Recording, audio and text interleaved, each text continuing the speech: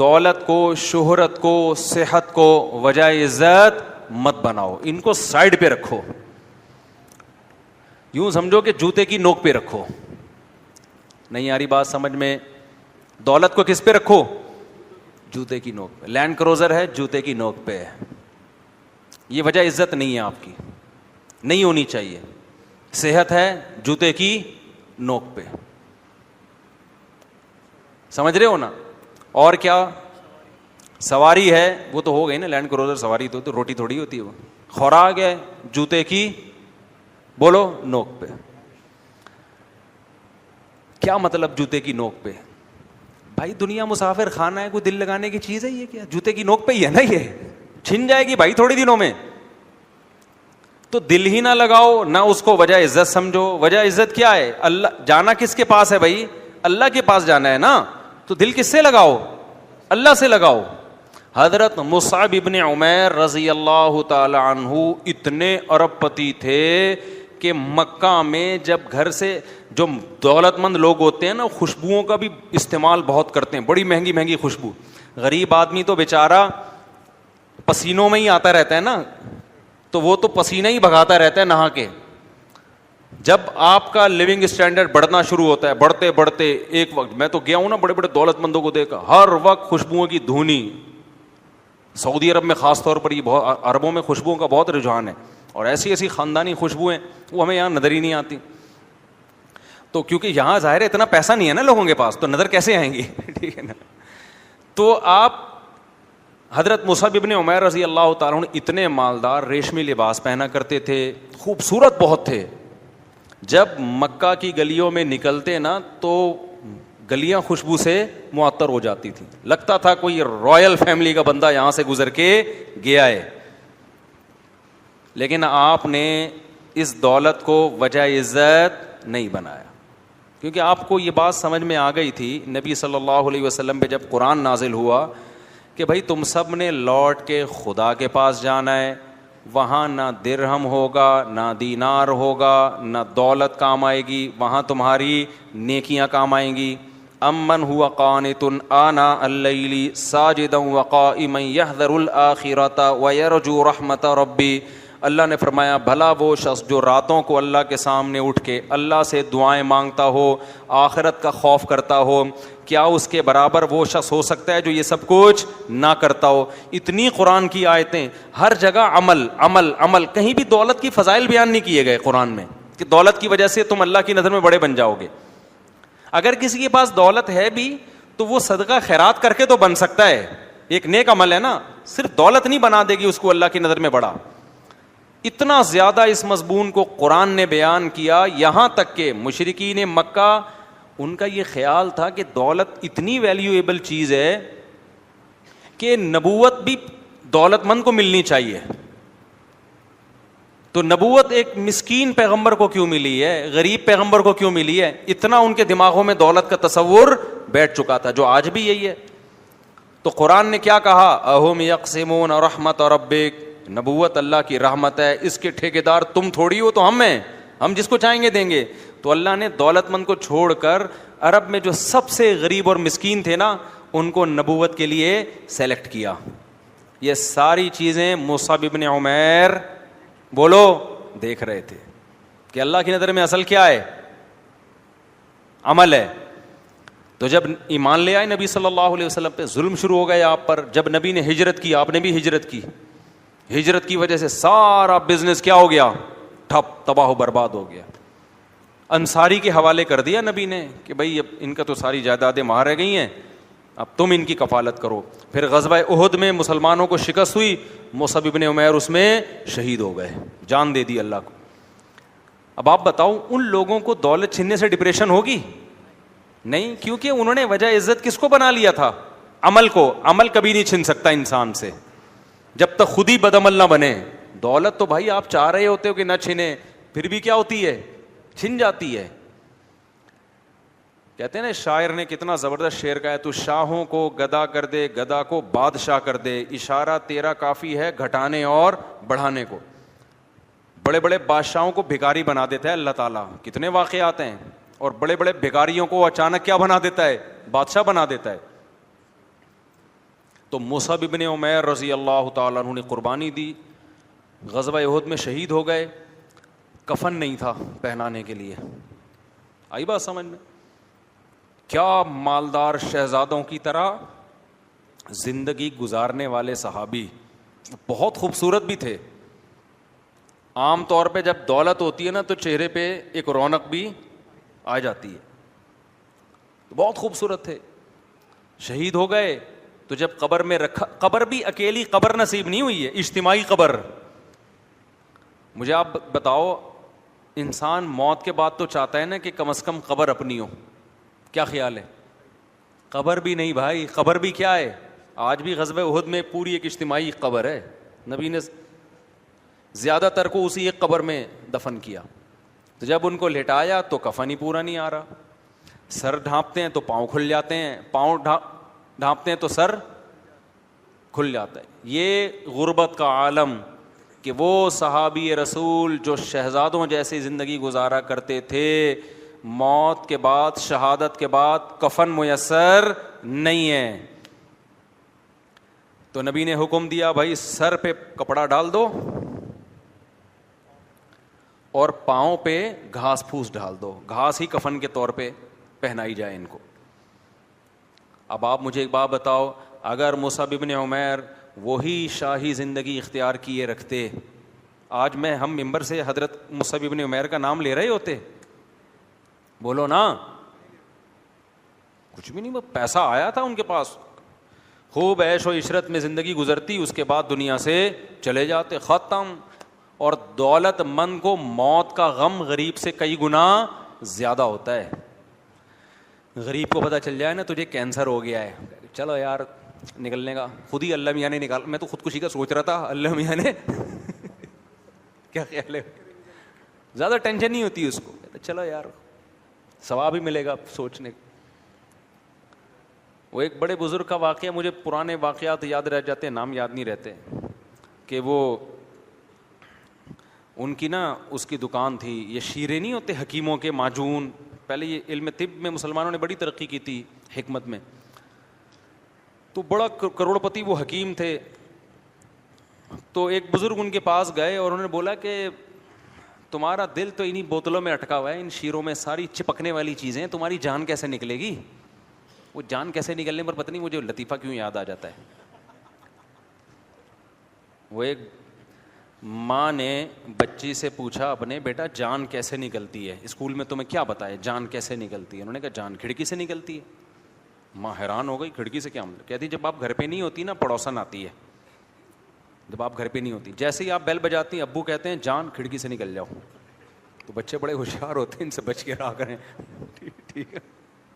تو انہوں نے, بزرگ نے ان حکیم سے کہا, کوئی عطر فروش تھے یا عطار تھے واللہ عالم, ان سے کہا کہ تمہاری جان کیسے نکلے گا, جیسے سب کی نکلتی ہے. انہوں نے کہا نہیں بھائی, تمہاری تو ایک ایک بوتل میں قیمتی خمیرے تھے نا,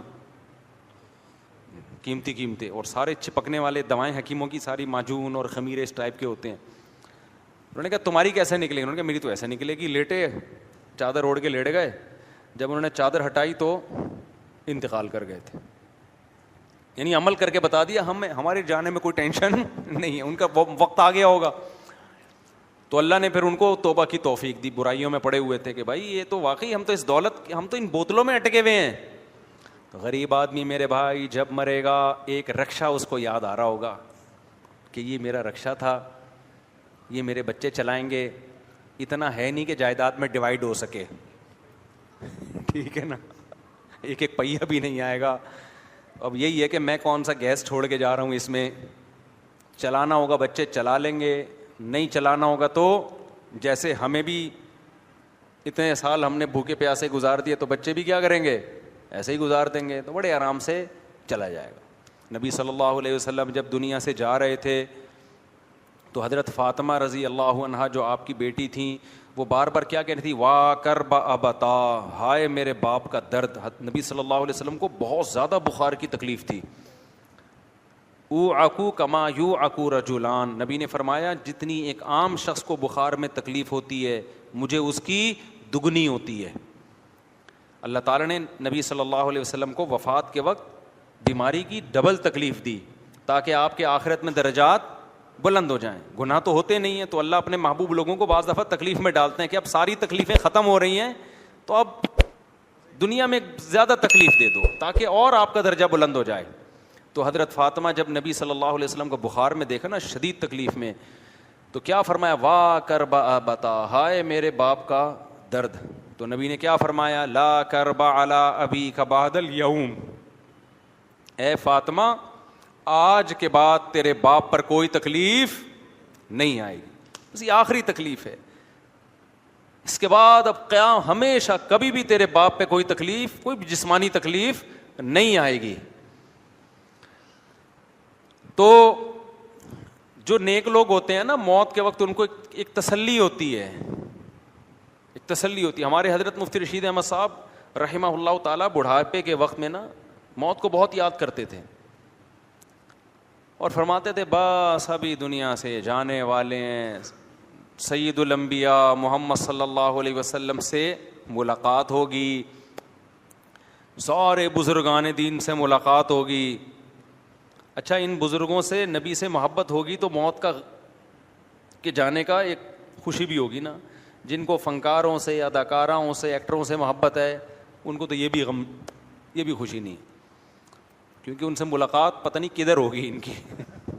ٹھیک ہے, محبت خدا کی قسم بہت بڑی نعمت ہے, بہت بڑی نعمت. عمل سے زیادہ ویلیو شریعت میں محبت کی ہے کہ آپ کو محبت کس سے ہے. دیکھو کچھ لوگ برائی سے بچتے ہیں, عادت ہوتی ہے ان کو بچنے کی, لیکن برائی سے نفرت نہیں ہوتی ان کو, ویسے ہی بچ رہے ہوتے ہیں. اس سے بہتر وہ ہے جو برائی سے نفرت کرتا ہے, اگرچہ برائی اس سے ہو جاتی ہے لیکن یہ پھر بھی اس سے بہتر ہے. یہ نہیں کہ آپ نفرت کر کے برائیاں کرنا شروع کر دیں, میرا مطلب کمپیئر کرنا ہے. دل کی عمل کی ویلیو شریعت میں جسمانی عمل سے زیادہ ہے. محبت کرنا, نفرت کرنا یہ جسمانی عمل ہے, دل کا عمل ہے, دل کا عمل ہے. تو اسلام یہ کہتا ہے کہ جس سے محبت ہوگی نا قیامت میں ہوگے اسی کے ساتھ, اگرچہ بدعملی کی سزا کھانے کے بعد ہوگے, لیکن اگر محبت نہیں ہے تو پھر اس کے ساتھ نہیں ہوگے آپ, چاہے کتنے ہی نیک عمل کر لو. نہیں آ رہی بات؟ تو نیک لوگوں سے محبت, پیغمبروں سے محبت, صحابہ سے محبت, محدثین فقہا سے محبت, یہ ہلکی چیز نہیں ہے. آج ہمارا جو ایک لبرل طبقہ ہے نا, اس کا بڑا مسئلہ بدعملی نہیں ہے, اس کو کافر سے محبت مسلمان سے زیادہ ہو گئی ہے. وہ کہتے ہیں یار کاش ہم امریکہ میں پیدا ہو جاتے, یار گوروں والی لائف ہوتی ہماری. اگرچہ وہ جمعہ بھی پڑھتے ہیں, سمجھ رہے ہو, ٹوپی بھی پہنتے ہیں, عید کے دن نہاتے بھی ہیں, عمل کے لحاظ سے مسلمان ہیں, لیکن ان کی سوچ کیا ہے کہ کامیاب کون ہے؟ انگریز کامیاب ہے, محبت اس سے ہے, یہ زیادہ برباد ہے. اور ایک ہے پیدا امریکہ میں ہوا, سارے اسٹائل انگریزوں والے, دل کہتا ہے کاش میں مکہ مدینہ میں پیدا ہو جاتا ہے, یار کاش میں اسلامی ملک میں پیدا ہو جاتا. کہاں پیدا ہو گیا, برائیوں میں لگ گیا اور لگا ہوا ہے برائیوں میں. لیکن اس کی سوچ کیا ہے کہ کاش ایسا نہ ہوتا. خدا کی قسم یہ دوسرا پہلے سے اللہ کی نظر میں افضل ہے. ابے کیا ہو گیا, کیوں سمجھ میں نہیں آ رہا, بات کھچڑی پک گئی ہے, بیان کی کہاں سے لے کے چلے تھے ادھر ادھر. ہم نے کون سا کوئی ایم اے اسلامیات کا پیپر دینا ہے؟ اچھی بات ہے, جتنی ہو جائے اچھا ہے نا. سمجھ رہے ہو کہ نہیں سمجھ رہے؟ ہمارے حضرت کا ایک اور واقعہ سناتا ہوں. ہمارے حضرت کی جو زمینوں سے آمدن آتی تھی نا, تو حضرت بہت بڑا حصہ بھی پورا مجھے یاد نہیں, 1/3 تھا 2/3 تھا, کتنا وہ سارا صدقہ کر دیتے تھے. تو ایک دفعہ حضرت کو خیال ہوا کہ میں ایسا کرتا ہوں 2/3 صدقہ کر دیتا ہوں, 1/3 اپنے پاس رکھ لیتا ہوں. یعنی پہلے 1/3 رکھ رہے تھے, پوری مجھے اسپیسیفک کیلکولیشن یاد نہیں ہے. تو کیونکہ ہمارے حضرت کے بہت سارے مریدین ہیں جنہوں نے یہ واقعہ سنا ہوگا, تو وہ میری کریکشن کریں گے کہ بھائی اتنا نہیں, وہ اتنے فیصد تھا. تو بھائی اصل واقعہ مجھے یاد رہ گیا, وہ مقدار یاد نہیں ہے, تو میں پہلے ہی بتا رہا ہوں, وہ مقدار کم زیادہ ہو سکتی ہے. تو حضرت نے ارادہ کیا کہ میں 2/3 کیا کرتا ہوں صدقہ اور 1/3 اپنے پاس رکھوں گا. لیکن حضرت کہتے ہیں مجھے خیال آیا کہ 1/3 اگر میں نے رکھا اور اس کو بیچ کے آمدن کم ہوئی, تھوڑے دنوں کے بعد کچھ مالی حالات آنا شروع ہوئے, تو مجھے خیال ہوا ہوگا کہ یار وہ جو میں نے 2/3 کیا کاش نہ کرتا. آئی بات سمجھ میں؟ تو نیکی کر کے خوشی کے بجائے دل میں کیا ہوگی؟ ندامت. یہ دل کیا ہو رہا ہے؟ خراب. یہ جو دل ہے نا کہ یار کاش میں یہ نیکی نہ کرتا, یہ زیادہ برائی ہے. فرمایا کم نیکی کر لو, کم صدقہ کر لو. اور کم ہمارے حضرت کا کم ہمارا بہت زیادہ سے زیادہ تھا وہ, تو کم کر لو تاکہ بعد میں یہ ہو کہ کاش زیادہ کر دیتا. نہیں آئی بات؟ اتنا صدقہ کر لو کہ بعد میں ندامت ہو, یار کیسا کنجوس ہے, تھوڑا زیادہ کر لیتا. یہ زیادہ اچھی حالت ہے دل کی, بجائے اس کے کہ زیادہ کر کے بعد میں ندامت, ابے یہ میں نے کیا کر لیا یار. نیکی کر کے شرمندگی کرنا, یہ نیکی نہ کر کے شرمندہ ہونے سے زیادہ برا ہے. نہیں آئی بات؟ حالانکہ عملی لحاظ سے اگر زیادہ صدقہ کرتے تو زیادہ ثواب ملے گا نا, اور کم صدقہ کرنے میں کم ثواب. لیکن وہ کہہ رہے ہیں دل کی حفاظت, دل میں نیکی کی چاہت اور رغبت, یہ زیادہ امپورٹنٹ ہے. ابے سمجھا پا رہا ہوں کہ نہیں سمجھا پا رہا؟ تو یہ میں آپ کو بتا رہا ہوں کہ اسلام میں دل کے عمل کی ویلیو آپ کے ظاہری اعمال سے زیادہ ہے. بعض لوگ اسلام سے محبت کرتے ہیں, چل نہیں رہے ہوتے اسلام پہ, تمنا ہوتی ہے کاش اسلام پہ چلتے. یہ زیادہ بہتر ہیں ان لوگوں سے جن کو اسلام سے محبت نہیں ہے, کلچر کی وجہ سے چل رہے ہیں, کہہ رہے ہیں یار مجبوراً پیدا ہو گئے, کیا کریں, ختنے بھی, کٹنگ بھی ہو گئی اور شادی وادی بھی ہو رہی ہے, اب کلچر ہے, کیا کریں ایکچولی, بس ہو گئے تو ٹھیک ہے, ٹوپی پہن لیتے ہیں جمعے کے دن, سب نہا رہے ہیں تو چلو ہم بھی کیا کریں سب. اب زیادہ ڈیٹیل میں نہیں آتا تو چلو ہم بھی نہا لیتے ہیں, چلو بقرعید پہ سب جانور کاٹ رہے ہیں, ہم بھی کیا کر لیتے ہیں, کاٹ لیتے ہیں.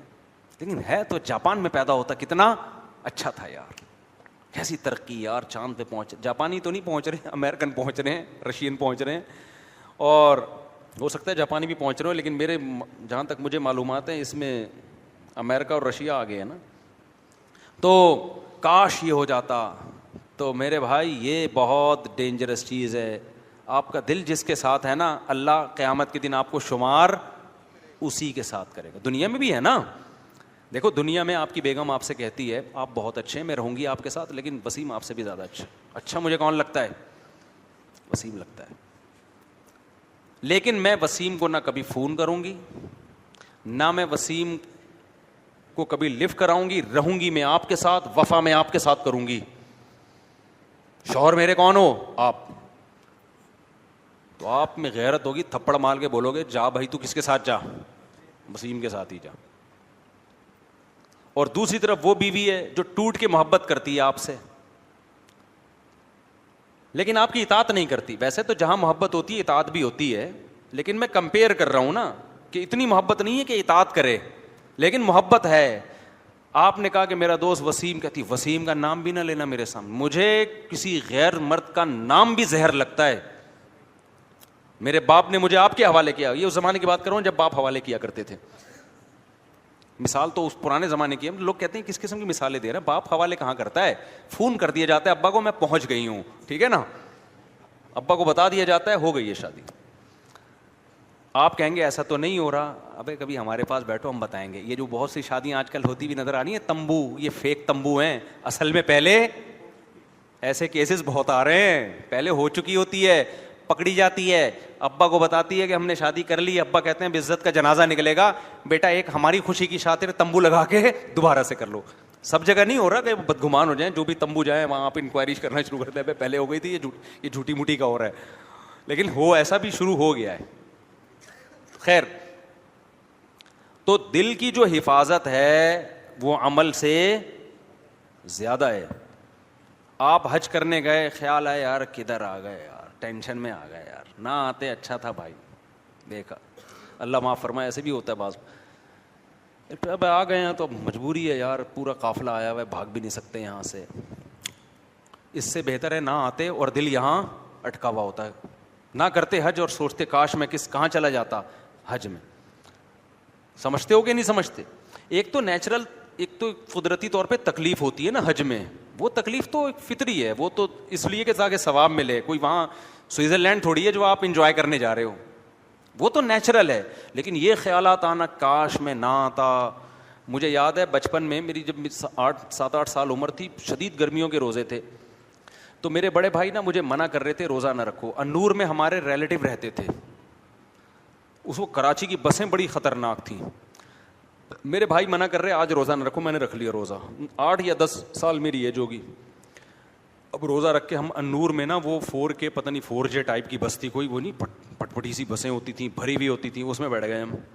اب جا رہے ہیں نیول کالونی ہاکسبے روڈ کی طرف. مجھے روزہ لگنا شروع, اور بس میں تو الٹی بھی آتی ہے, عجیب سی طبیعت. 11 بجے کا ٹائم ہے, میں بار بار بولوں کاش میں روزہ نہ رکھتا, کاش میں روزہ. میرے بڑے بھائی نے ایک دفعہ برداشت کر لیا, میں نے کہا کاش یار آج میں روزہ نہ رکھتا. بھائی صاحب نے برداشت کر لیا, بچہ ہے بھائی. دوسری دفعہ پھر میں نے کاش یار میں روزہ نہ رکھتا. مجھے یہ واقعہ یاد رہ گیا. ہو سکتا ہے میرے بڑے بھائی صاحب کو یاد نہ ہو. اب میں کھڑکی کے پہ بیٹھا ہوا ہوں سیٹ پہ, بھائی صاحب نے میرا خیال کیا اس کا روزہ ہے, بچہ ہے, تو اس کو کھڑکی والی نا تاکہ ہوا آتی رہے. یہ بہت بڑی نعمت ہے کراچی کی بسوں میں, ہوا کا وینٹیلیشن کا کوئی انتظام ہو. اچھا اس میں بھی آتی ہے, ادھر سے نکلتی کہیں سے بھی نہیں ہے بس میں. تو پھر تھوڑی تیسری دفعہ میں نے کہا کاش, انہوں نے کہا چپ کرو, ایسے ڈانٹ لگائی, بولے یا تو رکھتے ہی نہیں, اب رکھ لیا تو ثواب کیوں ضائع کر رہے ہو بھائی اپنا بیٹھ کے, یا تو رکھتے ہی نہیں اور رکھ لیا ہے تو پھر بار بار کاش میں. یہ تو اس سے تو نہ روزہ ملے گا نہ ٹینشن ہی ٹینشن ہے, ثواب بھی نہیں ملے گا. تو وہ واقعہ مجھے یاد رہ گیا کہ بھائی واقعی جب آپ نے رکھ لیا ہے تو یہ کہنا کہ کاش میں نہ رکھتا, اس سے بہتر واقعی یہ کہ نہ رکھتے اور سوچ ہوتی کاش میں رکھ لیتا. کیونکہ مجھے فرض تو نہیں تھے نا, فرض روزے میں آپ کے پاس آپشن نہیں ہے کاش میں نہ رکھتا یا رکھتے, تمہارے باپ کو بھی رکھنا پڑے گا, وہ تو فرض نفل کی بات, میرے لیے تو نفل تھا وہ. تو حقیقت میں بات بالکل ٹھیک ہے کہ وہ عبادت جسے کرنے کے بعد ندامت ہو کہ کاش میں نہ کرتا, اس سے بہتر ہے عبادت نہ کرتے اور تمنا ہوتی کہ کاش ہم کر لیتے. تو یہ بات آئی کہاں سے جو اصل چل رہی تھی, جو میں نے ٹرن مارا ہے, میں آپ کو بھی ہمارے جیسے ہی ہو گئے, جو میں اصل بات لے کے چلا تھا نا. کیا حضرت مفتی رشید احمد صاحب کا جو واقعہ میں سنا رہا تھا نا, اسی پہ سنا رہا تھا کہ وہ صدقہ, یہ تو دل کی بات آئی کہاں سے. ٹاپک تو میرا یہ چل رہا تھا کہ بعض دفعہ سیاستاً شو مارنی پڑتی ہے, لیکن دھوپ ہے کالے بال, وہ تو جہاد میں جھوٹ موٹ کا تمبو. ابے نہیں یار, وہ سارا ٹاپک یہ کمپٹیشن. اصل بات یہ چل رہی تھی کہ کمپٹیشن کی وجہ سے لوگ ٹینشن میں جاتے ہیں. ہاں حضرت مصعب بن عمیر کا واقعہ سنا رہا تھا کہ آپ نے کرنا کیا ہے کہ اپنا ہدف پیسے کو بنانا نہیں ہے, جوتے کی نوک پہ رکھنا ہے. مسافر خانہ ہے بھائی, دنیا کیا ہے, مسافر خانہ ہے. جوتے کی نوک پہ رکھو, کماؤ پیسہ, کس نے منع کیا ہے, رکھو کہاں اس کو, جوتے کی نوک پہ ہے. ٹھیک ہے. ہاں میں بتا رہا تھا کہ جان نکلنے کا نا, کہ دولت مند جو ہے نا, دولت مند, اس کا دل کہاں اٹکا ہوا ہوتا ہے. اب آپ بتاؤ جس کے بحریہ ٹاؤن میں کروڑوں کے 10 پلاٹ ہوں, موت کا فرشتہ آ جائے کہ چلیں جی اس سلسلے میں حاضر ہوا ہوں میں, فوراً خیال آ گیا یار کل میں نے سودا کیا, کروڑوں کروڑوں روپے کی جائیدادیں ہیں یار, یہ کس سلسلے میں آ گئے یار تم, کوئی اور سلسلے میں نہیں آ سکتے تھے تم, کیا خیال ہے کہ یار کسی اور سلسلے میں حاضر. پہلی دفعہ میں نے فرشتہ دیکھا ہے, وہ بھی اس سلسلے میں آیا ہے. سنا تھا فرشتوں کے بارے میں, بارشیں برساتے ہیں, یہ کرتے ہیں, وہ کرتے ہیں, کبھی کبھار جان بھی لے لیتے ہیں, کچھ اور سلسلے میں حاضر ہو جاتے. ٹینشن ہوگی کہ نہیں ہوگی. ہم لوگ دولت میں نا ان لوگوں کو دیکھ رہے ہوتے ہیں جو ہمیں خوش نظر آ رہے ہیں, جن سے دولت چھننے کا ٹائم آیا, ان پہ جو قیامت گزرتی ہے وہ ہمیں نظر نہیں آتی. وہ تو واقعات ہم دیکھتے ہی نہیں ہیں. ہم دیکھو جب کوئی کروڑ پتی کھرب پتی مرتا ہے, اس کے بچے پیسے پہ لڑ رہے ہوتے ہیں, تو وہ تو ہمیں نظر آ رہا ہوتا ہے, وہ میت نظر نہیں آ رہی ہوتی کہ یار کل یہ بھی تو لڑ رہا تھا.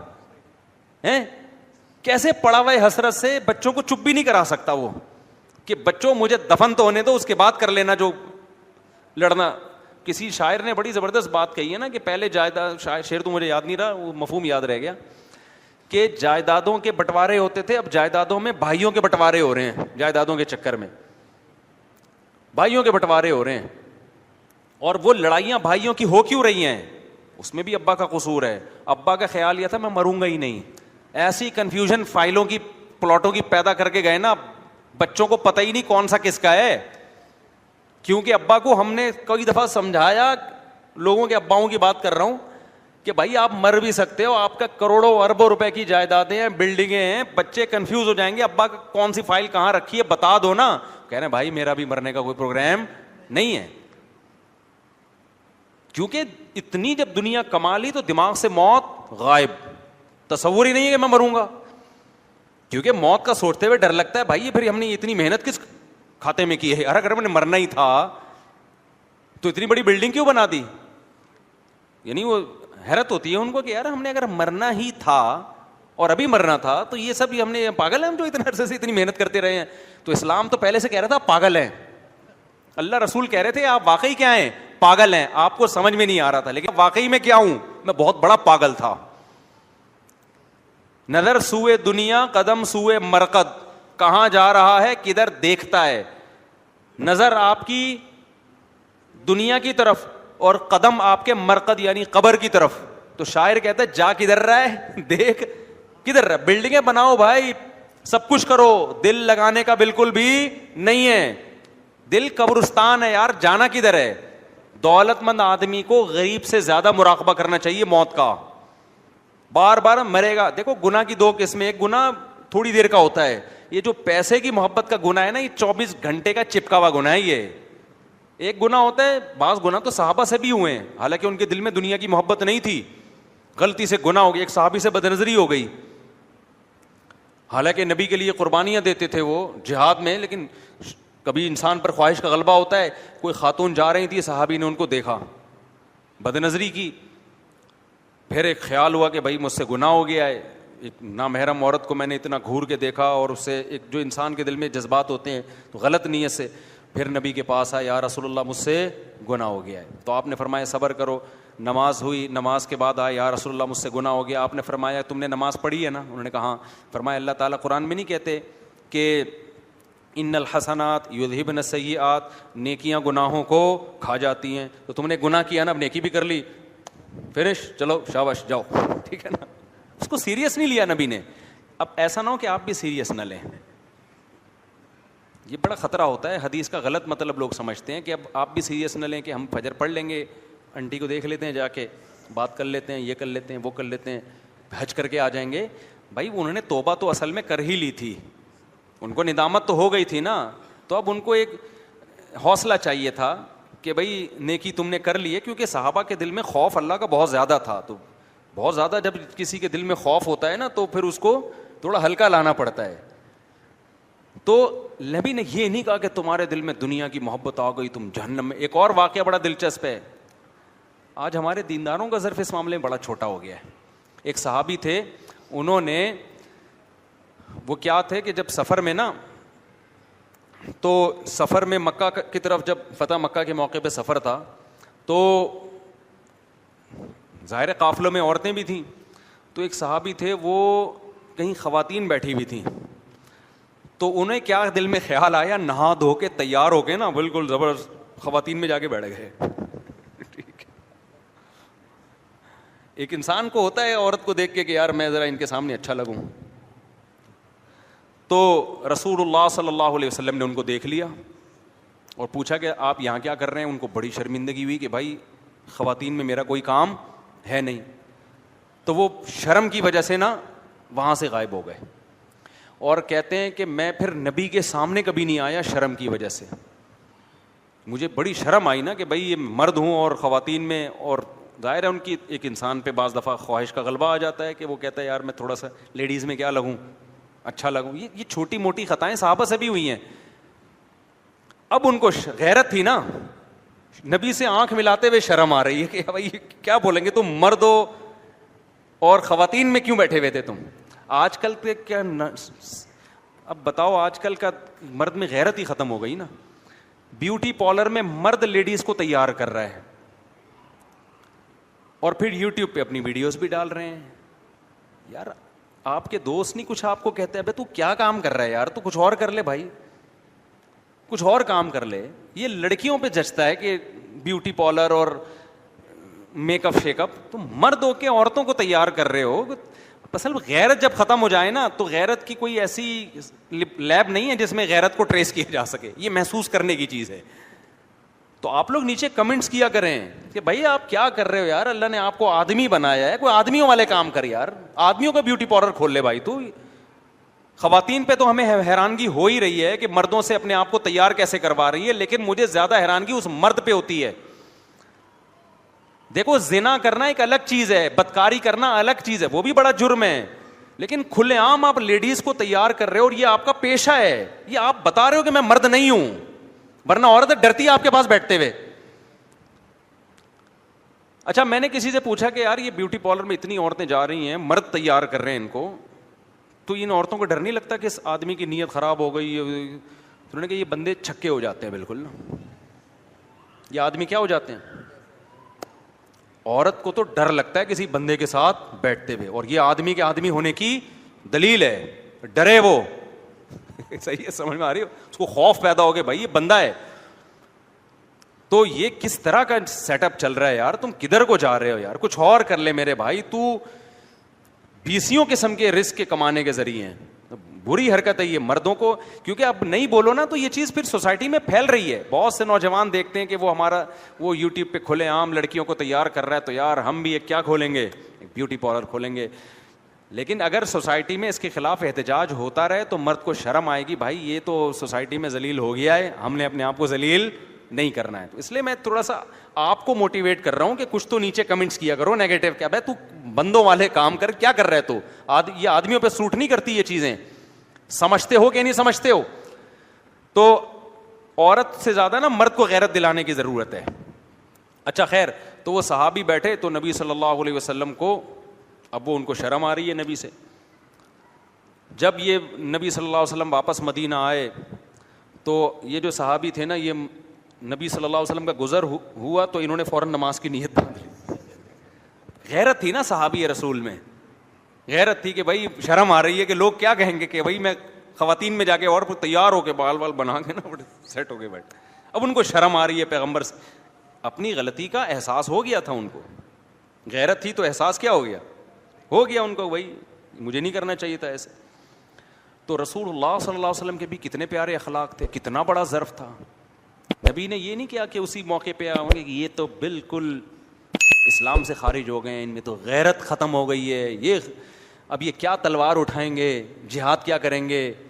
نہیں بھائی, ان کو پتا تھا, آپ صلی اللہ علیہ وسلم کو پتا تھا ان کے دل میں اللہ اس کے رسول کی محبت ہے, آخرت کی محبت. یہی ہے ایک شیطان نے وقتی طور پر ایک ورغلایا اور ایک مسٹیک بولو ہو گئی, اور وہ مسٹیک بھی کی بیس بھی کوئی غلط نہیں تھی, بذات خود ایک مردانگی تھی. تو مرد کی اللہ نے ایک عورت کی طرف اٹریکشن رکھی ہے, لیکن اس کا ایک جائز طریقہ رکھا ہے, ایک ناجائز طریقہ ہے. تو نبی صلی اللہ علیہ وسلم نے, آج میں ہمارے استاذ یہ واقعہ بتا رہے تھے ہمیں کہ آج کے دور میں اپنے کسی بندے سے اس طرح کی مسٹیک ہو جائے تو کیسا سوسائٹی میں اس کو جینے نہیں دیا جاتا. اسلام دیکھتا ہے کہ بھائی اپنوں سے غلطی ہو رہی ہے تو وہ اپنائیت سے فوراً نکل نہیں جاتے, اور غیروں میں دو چار خوبیاں آ جائیں تو اپنے نہیں بن جاتے وہ. تو نبی صلی اللہ علیہ وسلم کے اخلاق دیکھیں آپ. وہ صحابی جو ہے نا پھر مسجد نبی میں انہوں نے نیت لمبی باندھ لی نماز کی, بھائی جب بھی تشریف لے جائیں گے تو میں سلام پھیروں گا. آپ صلی اللہ علیہ وسلم وہیں بیٹھ گئے اور آپ نے فرمایا طول ما شئت فإننا ننتظرک. صحابی کا نام ذہن سے نکل گیا, فرمایا کہ جتنی لمبی نماز پڑھ لو ہم ادھر ہی بیٹھے ہوئے آپ کے انتظار میں, آج ملاقات ہو کے رہے.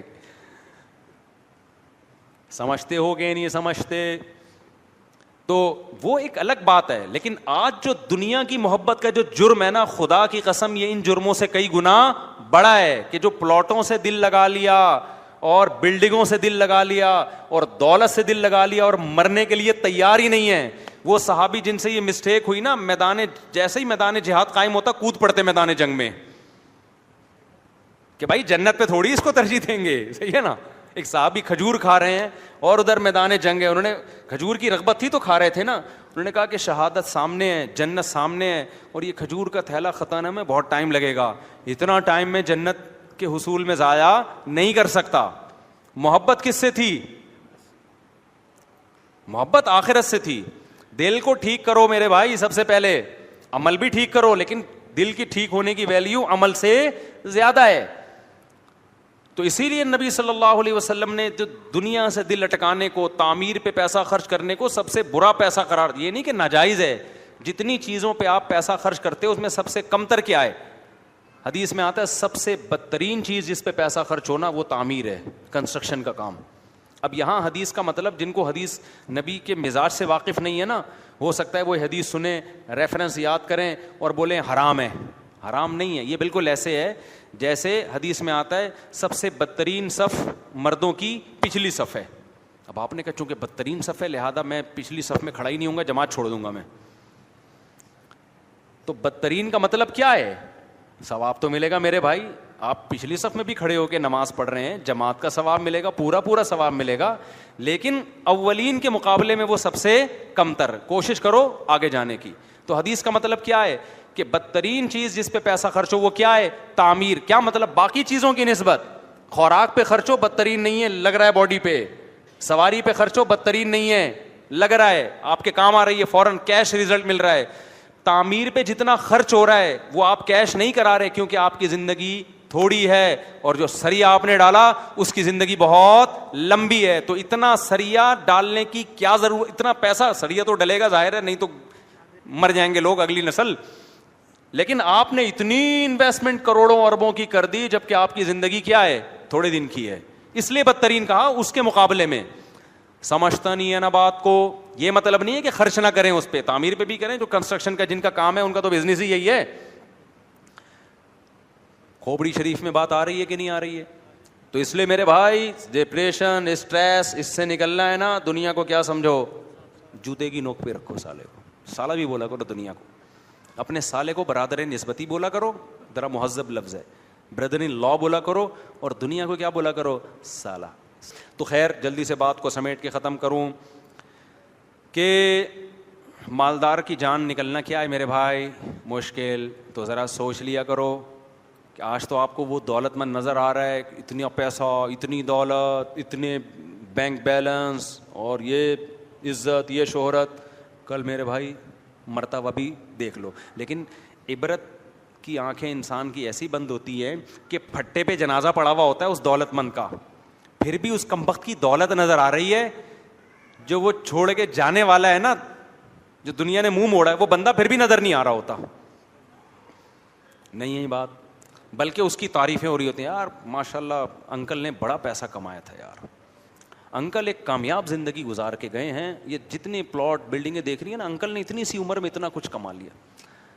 حالانکہ افسوس کی بات ہے یار, انکل نے اتنا کمایا, سب چھوڑ کے چلے گئے. پہلے زمانے میں لوگ ان باتوں پہ رویا کرتے تھے, اب ان باتوں پہ کیا کر رہے ہیں؟ فخر. اتنا کما کے گئے ہیں, ابے تب چلے ہی گئے تو کیا فائدہ بھائی؟ سمجھ میں نہیں آ رہی بات. تو اب تو کمایا وہی ہے, مائیکل جیکسن ہی آتا ہے میرے سامنے, تو زبردست مثال ہے نا اس. ابے اتنا بڑا ڈانسر تھا نا, تو مرا کیوں؟ مجھ سے تو مائیکل جیکسن قیامت میں ملے گا, میں سب سے پہلے تو مرا کیوں مجھے یہ بتا.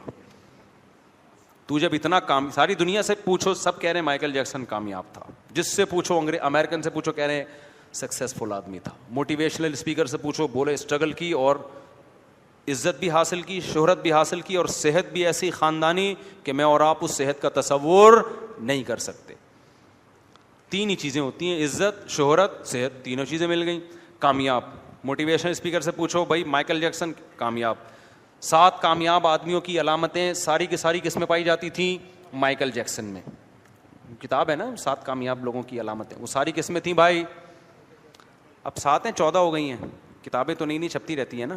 تم بتاؤ یار واسطے, تم یونیورسٹی میں پڑھتے ہو ہیں, 7 ہی ہیں نا کامیاب لوگوں کی. 7 کامیاب لوگوں کی نہیں, سوری, کامیاب لوگوں کی 7 علامت.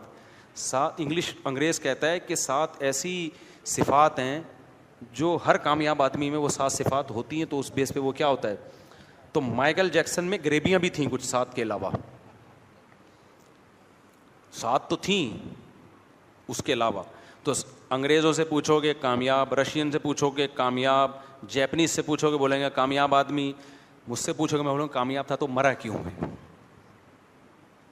کامیاب تھا تو مرا تو یار کیا ہو گیا, اب تو ختم نا سب.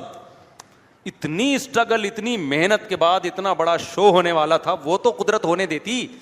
آخری شو مجھے یاد ہے 2009 میں ہمارے دوست ہمیں 2007 تھا پتہ نہیں 9 تھا, دوست ہمیں بتاتے تھے مفتی صاحب مائیکل جیکسن کا بہت بڑا شو ہونے والا ہے, کروڑوں اربوں روپے کے ٹکٹ بک گئے, اور ایسے دوست احباب نا بتا رہے ہوتے تھے. اگلے دن میرے دوست ہیں یہاں سلمان ہیں ہماری پرانی دوست, نے بتایا مفتی صاحب مائیکل جیکسن کا انا للہ ہو گیا. میں نے کہا اچھا, کہہ رہے ہاں وہ. میں نے کہا کیسے, کوئی مرڈر ہوا ہوگا کیونکہ اتنا صحت مند آدمی ڈاکٹروں کی ٹیم لے کے گھوم رہا ہے, گردے شاپروں میں ڈال کے گھوم رہا ہے کہ میرا یہ والا گردہ خراب ہو گیا تو وسیم کا گردہ لگا دو, فلانے کا گردہ لگا دو. پتے میں پتھری پر گورنمنٹ کی طرف سے پابندی تھی مائیکل جیکسن کے, جو ہمیں یعنی ہم تو اپنے الفاظ میں تعبیر کر رہے ہیں نا. چھینکنے پر پابندی, چھینکے گا ڈاکٹروں سے سوال ہوگا قیامت کے دن, کیونکہ اتنے پیسے تمہیں دے رہا ہے تو پھر چھینک کیوں آ رہی ہے اس کو.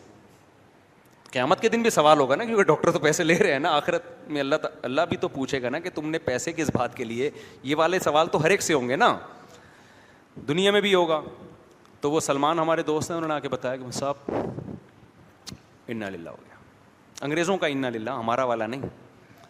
تو میں نے کہا یار یہ کیا مرڈر ہوا ہے کہ نہیں. ویسے ہی وہ رات کو سوئے تھے تو صبح نہیں اٹھے. میں نے کہا کوئی وجہ تو ہوگی میرے بھائی, اے سی بند ہو گیا تھا, جنریٹر کھلا رہ گیا تھا. ہمارے یہاں تو یہی ہوتا ہے نا, جنریٹر کھلا رہ گیا, گیس بھر گئی. ہمارے یہاں بہت سارے لوگ اس طرح مرے ہیں, اچھے بھلے صحت مند, جنریٹر کھلا رہ گیا تھا اس وجہ سے, یا کوئی زلزلہ آیا تھا, چھت گر گئی تھی, کیا ہوا کیا تھا. انہوں نے کہا پتہ ہی نہیں چل رہا ہوا کیا. میں نے کہا ڈاکٹر چھٹی پہ تھے اس دن. نہیں بھائی ڈاکٹر بھی چھٹی پہ نہیں تھے, سویا ہے, پولیس سے بھی نہیں اٹھا. تو مجھے مائیکل جیکسن سے کچھ نہیں ہے بھائی, ہمیں تو اپنا نہیں پتا آخرت میں ہمارا کیا ہوگا. کوئی شو نہیں مار رہے, ہمیں کیا پتا ہمارا کیا ہوگا آخرت میں. آج یہاں ممبر پہ بیٹھ کے بڑی بڑی باتیں کر رہے ہیں. میرا مقصد تو اپنے آپ کو بھی سمجھانا ہے اور آپ کو بھی سمجھانا. دنیا خدا کی قسم دل لگانے کی جگہ نہیں ہے. اس سے بڑا احمق اور گدھا دنیا میں پیدا نہیں ہوا جو ان دیواروں اینٹوں سے دل لگاتا ہے. اس لیے پیسہ کماؤ جوتے کی نوک پہ رکھ کے, ایسے رکھو نوک, بکو بھی نہیں اس پیسے کی خاطر, جھوٹ بھی نہیں بولو. بولا یار ہم اس کو تو جوتے کی نوک پہ رکھتے ہیں, لہذا جھوٹ بھی نہیں بولیں گے پیسہ کمانے کے لیے. کیا خیال ہے بھائی؟ بلکہ پیسہ کمانے کے لیے غیر اخلاقی کام بھی نہ کرو. بعض کام ناجائز ہوتے ہیں, بعض ناجائز نہیں ہوتے, غیر اخلاقی ہوتے ہیں. اب دکاندار جو ہے نا روڈوں پہ آ کے کسٹمر کو گھیر رہے ہیں, یہ غیر اخلاقی کام ہے بھائی. تم نے دکان کھول لی, شٹر اوپر کر دیا, سب کو پتا یہ تمہاری شاپ ہے, روڈ پہ آ کے لوگوں. اب ہوٹلوں میں دیکھ لو نا, آپ جا رہے ہوگے ایک دم روڈ بلاک کرنا شروع کر دیں گے. تنگ ہو جاتا ہے انسان, گاڑی چلانا مشکل ہو جاتا ہے. جائز ہے یہ تھوڑا, کیا ہے غیر اخلاق. تو ایسے موقع پہ ہوٹل کو کے مالک کو چاہیے بھائی, ہم نے ہوٹل کھول لیا, بورڈ لگا لیا, یہاں ہمارے یہاں بہترین بکرے دستیاب ہیں, نہاری دستیاب ہے, جو بھی ہے پبلسٹی کریں, پیسہ لگائیں ایڈورٹائزمنٹ پہ. اس کے بعد آپ بندہ آ جائے ٹھیک ہے, نہیں آئے, پیسہ زیادہ نہیں آ رہا تو لوگ بولے یار جاؤ لوگوں کے گھر جا کے ان کو نکال کے لاؤ. آپ بولو یار ہم یہ کام ہم نہیں کرے گا, عزت کے ساتھ کمائیں گے. لوگ کہیں گے پھر پیسہ نہیں آئے گا, بولو پیسہ ہماری جوتے کی